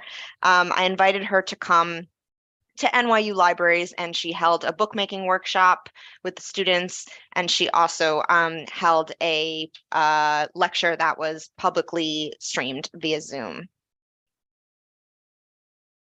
Next slide. So OpenRefine, it's a free open source tool for working with messy data. This definition is taken straight from the OpenRefine website. And it's relatively, once you start working around in it, it can be much more powerful than what you would think you could do with something like Excel. Next. And this is what it looks like. So it looks like a spreadsheet, but it really operates more like a database. So it has a lot more functionalities than, like I was saying, than things like Excel. And it allowed me to really clean, quote unquote, the data in a way that made it easier for me to read it and to visualize it and therefore communicate my findings to others. Next.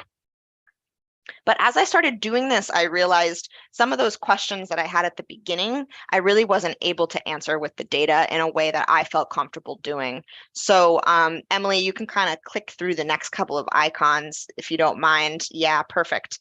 And then you can see, so I didn't really feel comfortable looking at the patterns in author demographics like race, gender, and sexual orientation, because that would mean that I would need to ascribe those things to the authors. And even if I had the time to research every single author, I still don't think that I would feel comfortable doing that type of work. And then the same for what types of subjects do the artist books cover? How would I do that in a standardized way? I would be, since our standardized language for libraries often falls short of what we wish that it would explain to folks. So then I would have to basically create my own standardized system, which I did not have the time or the resources for. But the things I could do were to compare where the books were published, when they were published, the date, and who the publishers are. So next slide, please. So this is a graph. These are some of the data visualizations that I created in Tableau after I had all of my data nice and pretty and neat. And these are the countries of publications for the artist books in the collection. So after looking at the data, we had about like 1,400 artist books in the circulating collection. And you can see the majority of them don't have a country of publication in the null section. After that, it's the United States, unsurprisingly, and then Germany, England, Switzerland, France. So all sort of Western European centered places of publication. Next slide. And here's another one that shows you the author's names, so the most popular author names in our collection. These are all authors that have 2 or more volumes in the collection. So you'll see that Tom Phillips, Allison Knowles, and Sophie Cal all have 4 artist books in our circulating collection. And you can see that how the names go down like that. And it sort of is generally lending credence to my suspicion that most of them were going to be white males. Next, please. And the most common publishers of artist books from the United States, I did this for each of the top 5 most common countries, but in the United States, our most common publishers were Ugly Duckling Press and Chronicle Books. So these are super helpful for me, these graphs, to when I start going to buy new books or going to something like the New York Artist Book Fair, to think about, maybe I want to go to different publishers. Maybe I want to focus on more of the small press. And it helps me to diversify my collection in a more meaningful and systematic way. Next slide. And this is my final slide. So what happens next? I'm really at the beginning of this project. I've sort of done the environmental scan. I've realized what we have, and now I need to work with my cataloging department to develop workflows for the circulating artist books, like some of my co-presenters were saying. Super important to make sure these books don't get lost in the stacks, treated like other books that come in. Sometimes they need special interventions. And then how can I bring these in a more systematic way rather than just me personally going out and finding them one by one, which is really labor intensive. And we're looking into setting up possible approval plans, maybe with printed matter or with other vendors who can support that type of thing. Outreach and programming, of course. And then Marcia, who is just speaking before me, my co-presenter, her and I are actually writing an article on this in Art Documentation, which is the scholarly journal of the Art Library Society of North America. That should be published in the spring. So thank you so much.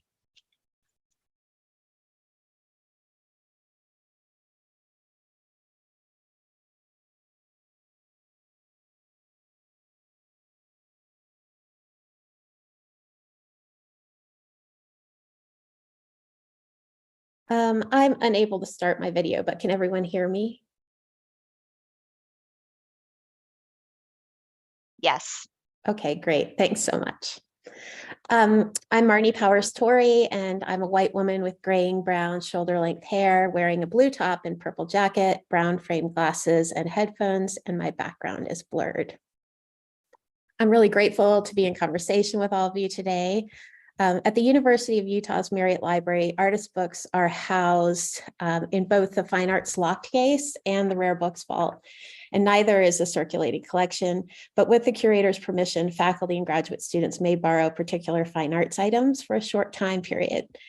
My localized effort has been on record remediation to improve existing catalog records, and I'm also invested in the potential for a common descriptive vocabulary between catalogers, curators, makers, researchers, and educators to expand discoverability and access to artist books. Slide. Since the late 1960s or so, these novel publications have become more diverse and increasingly tricky to describe consistently. In addition to appearing in a boundless variety of forms, artist books offer a limitless range of content and are thus pertinent resources for patrons across the gamut of disciplines and interests. Slide. Any book recognized by a cataloger as an artist book is assigned a call number within the N7433.4 range, which becomes a miscellany. When searching in many institutional catalogs, using the keywords artist book provides a broad array of results that lack specificity. Slide. In the absence of a common vocabulary and accurate metadata, these material artifacts are difficult to discover without assistance from a gatekeeper, such as a curator, cataloger, art librarian, or teaching faculty who knows the collections. Slide. With technical support from the Marriott Library Web Development Team, graduate student Jonathan Stanberg and I are building a public-facing website that facilitates the use of a common vocabulary by potential users of these objects. Slide. Another anticipated outcome of the website is refined descriptive language in makers colophons, building upon the approved vocabulary used by catalogers. In turn, we hope that approved vocabularies might expand based on makers language as innovations are made in structure and in methods. Slide. Even frequently used contemporary book forms are referred to inconsistently. This structure, for example, might be called an oxplow book, a boosterfeden, or a snake book. Slide. Often regional practices and innovations result in a localized vernacular that may not be used elsewhere. Slide. There are also uncommon and new forms for which no descriptive language exists, and non-traditional materials and practices, as well as new technologies that fall outside the scope of approved vocabularies. Slide. Here's the workflow that Jonathan and I developed with original cataloger for special collections, Allie McCormick. You might be familiar with the artist book Thesaurus, which was developed between 2012 and 2016 by the Arliss Book Art SIG to support the cataloging of artist books. The current ABT stewards granted us permission to assimilate their data and encouraged our linking to their site. Slide. Through the record remediation process, Jonathan and I identified necessary terms to accurately describe the artifacts. We also identified additional creators who weren't credited in regards to their role in production, as well as additional appropriate subject headings, which are often lacking in artist books records. The OAB website focuses on genre terms related to production method, artistic approach, materials, and book structure. Slide. We began by matching terms in common use to approved cataloging vocabulary and examining the scope notes for approved terms to evaluate their specific applicability to artist books. Slide. Here's the data set behind the website. The goal of the project is to group source knowledge and connect commonly used language with controlled vocabularies, and to encourage the use of this tool by catalogers, makers, and researchers. Slide. We'd like to work with cataloging colleagues to propose new terms to the Getty, and we've also joined forces with Julia Leonard and Karen Karsha at the University of Iowa, who are developing the Book Arts Research Database, a digital tool that facilitates consistent cataloging. We're in the process of linking data sets through the use of our complementary digital tools. Emily, could you end your screen share? And I'm just going to show the website very quickly.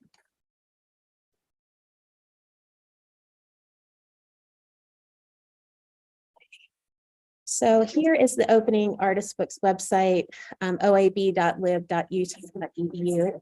A little information and some acknowledgements. And then the Artist Books term page is both a searchable index. So you can type in here in the search or a scrollable alphabetized index list as well. So if I type in our example, ox plow,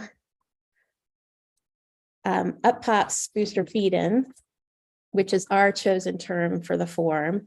The broader terms link to the OAB definitions here. So the OAB being Opening Artist Books. So you can click to link terms. And then there's also synonyms, which in this case is the ABT's definition. So it links to the Arliss ABT site. And then also we have the Getty's definition or related terms, excuse me, here. So that links to the Getty site.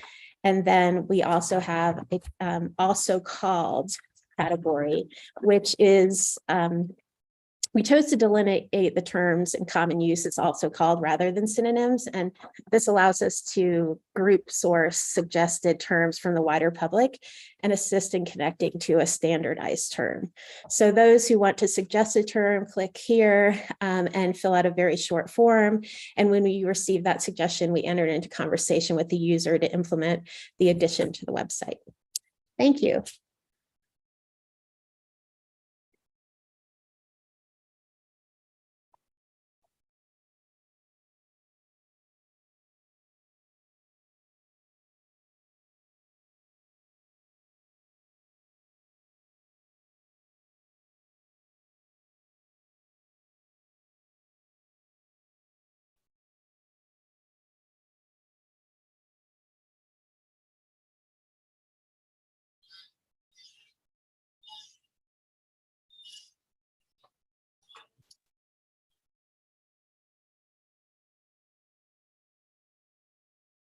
So, can you guys hear me? It's Jenny here. I'm not on video right now, but I guess we can see you too, oh, you Jenny. can? Yes. Oh, that's kind of frightening. Okay.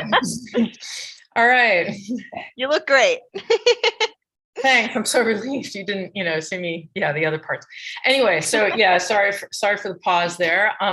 That was lovely. I certainly learned a lot. And I thought in our last 10 minutes or so, we could just have a little bit of a chat. I've got a couple of comments from this live studio audience. And I thought what we heard, just as a summary, we learned some wonderful things about physical access, embodied learning, the joys and terrors of cataloging, including 2 amazing initiatives for trying to reconcile the bazillions of terms that there are for artists, the different flavors of artist books. Gianna's visualizations of and attempts to do collection analysis were awesome. And we also got into a little bit of things about questions of purchasing and funding. So I was reminded of something from the first session where someone was talking about the idea of attending to the social life of artist books. And I think that's really kind of what you guys are doing, is thinking, it's so easy to get into the books themselves. But, from the moment of purchasing to cataloging, and then to whatever kind of circulation you can work out, it's really this larger life of books that I think as librarians, we really struggle with.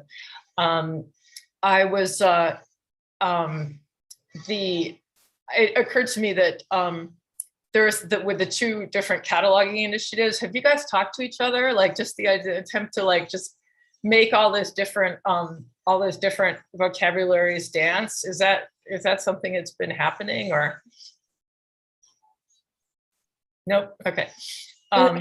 Well, Yeah. We have spoken, yes. Okay. I mean, yes. So Emily, I think heard me give a talk in the past and then reached out to me, and we've met with her group as well. But each institution has their own space in which that conversation is possible. But I think that the more interest that can be garnered, the more we can group source this information.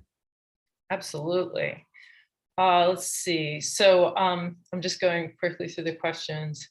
Andy asks about, first he notes that since all the speakers are situated in academic institutions, what would you like to see in terms of interaction with faculty members in ways to increase access and use? And I think that's a great question. I saw some examples of that, but let her rip. Jenny, I can start with that one. Yeah. I'll note that I do want to note though, Andy, that Emily is at the Clark Art Institute, not necessarily an academic institution, but I understand what you're saying. For me, I think it's important that I make sure as the liaison librarian, that the faculty know that these things exist.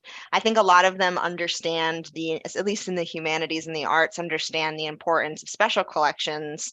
They'll arrange for their class to come to a special collection and look at all the things, and it's so exciting. It's usually everyone's favorite day, but most of them don't think about the circulating books. And what I ideally would absolutely love to see is they ask me to come in for an info session and I talk about research and I bring this huge stack of circulating artist books and I show them the books. And then, maybe letting them come in and check them out, or, having a meeting with me and asking, where can I find these things, taking them into the stacks and showing them where they are. I think a lot of students don't understand what the role of an academic librarian is. And I think it would be really helpful as far as outreach goes for the faculty to play some mediation there to say, this person is a professional in their field. They want to help you. They're here for you. And it lends a little credence to us as scholars, and as in my case, I'm a faculty member. So even better than that, if we can actually start teaching 4-credit courses at universities as faculty librarians, would be even more ideal. Hopefully that answers your question. Anyone else want to comment on that? It occurred to me that I saw some wonderful things at the Micah Decker Library in Baltimore. Sort of guerrilla artist book marketing, like they do tabling and spontaneous artist book making classes. And as a graphic design focused institution, they had a ready, sort of an automatic in for an automatic affinity with different instructors and stuff. So there was a lot of confluence there, and hopefully a lot of success. I'm seeing somebody with a wonderful name of Diving Bell Spider talks about in-class instructions and demos, class visits, embedding artist books in the syllabus. That's interesting. Giving specific assignments. Hadn't heard of that. Let's see. Really, in terms of that, a related question. One listener asks about public access. All of us are in the slightly already hermetic world of academic and museum. Have any of you come across the issue of public access in terms of programming or other means? This is April. We are open to the public technically, the Flash collection, and we do see everybody from people who are just wondering what is an artist book and saw somewhere on like Google Maps or something. But we work primarily by appointment because we want those conversations and those relationships to be a little bit deeper. Like, if an artist comes in, we want to know what they are working on. We do a little bit of research on them as well.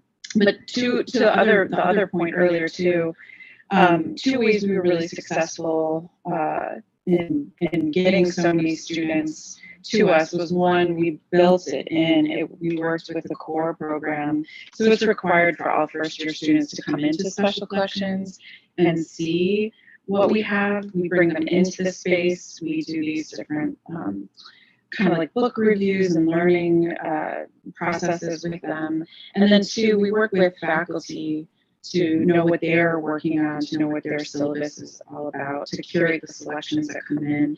And then that includes, students are allowed to choose books that everybody gets to look at, and we can really just make those connections. Very cool. I've had a couple of other interesting comments about that, which I've now lost. Rachel Watson points out that one of the genius things about making artist books circulating is that then you can put them in interlibrary loan. And if you spend way too much time on academic Twitter like I do, like every 3 weeks someone says like, thank God for interlibrary loan. So more power to the interlibrary loan librarians, and let's get the artist books and zines out there too. So that was something I hadn't really thought of. Let's see. Jenny, can we take a second to say like what that is to folks sorry. that might not know in the Why don't audience? you go for it? You can probably explain it better. Oh no, I don't know about better, but I'll try. So interlibrary loan is sort of it's a magic system, honestly. Many libraries participate in this system where essentially if our copy of a book is checked out or missing, we can ask another library that has it to send it to us for free. So the idea is, not every library can collect every single thing. And if it's one person per one book, every reader, their book, right? Then that person is kind of keeping it and preventing others from seeing it. So if we can kind of share our access and our copies, dependent upon need, it just works out better for everybody. I think a lot of folks don't realize that service is free and that it's faster than you think it's going to be, and we can get things from all over the world through the system if you just ask. Yeah, I would really give a plug for it. It's somewhat like the Frick will do it for the public. The New York Public will do it for the public. Sometimes local libraries will. And increasingly with what they call scan and deliver. I mean, yes, you want to see an artist book or a zine in its original form, but, if it's in Japan and someone's willing to scan it for me, I'll take the scan. And so I think that, it can just really, really open up worlds for people. So, so you might want to look into it. And let's see. So interlibrary loan. One other plug was Li Ping Song says that at her institution they host an artist books competition. Not quite sure what that entails, but I like that. I like that idea.